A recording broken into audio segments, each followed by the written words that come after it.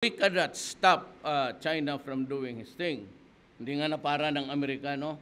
The reason why there's a former Secretary of Justice, Foreign Affairs, which says more than just our claim of sovereignty is.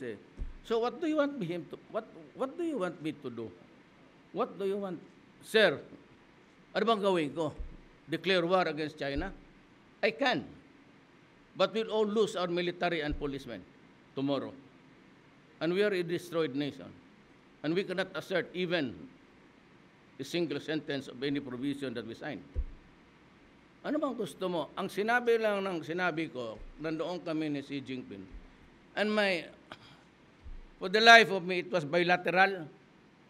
Marami kami, ako, sa mga cabinet members, and I said, I will not invoke the arbitral ruling now.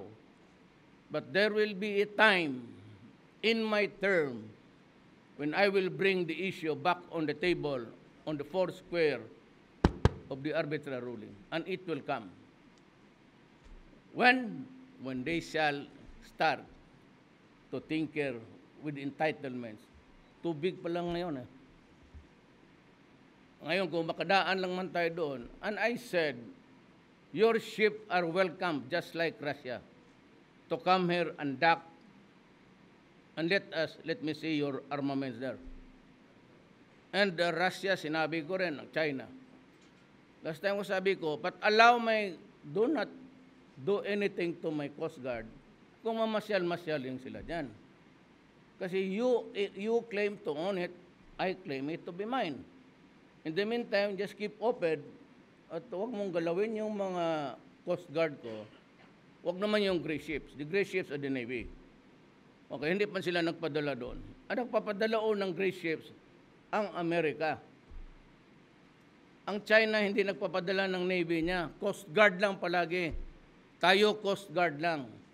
Coast Guard does not mean war. The gray ships means you are in aggressive form. That's the norm of conduct sa nations. Di ka nagpapadala ng gray ships. Battleships, ibig kong sabihin. Navy. Hanggang Coast Guard lang tayo. Yung right of passage niya, anybody can. Ang Amerikano, araw-araw dumadaan dyan . Bakit mag-discriminate ako sa China? We are not war against China. I am not war against America.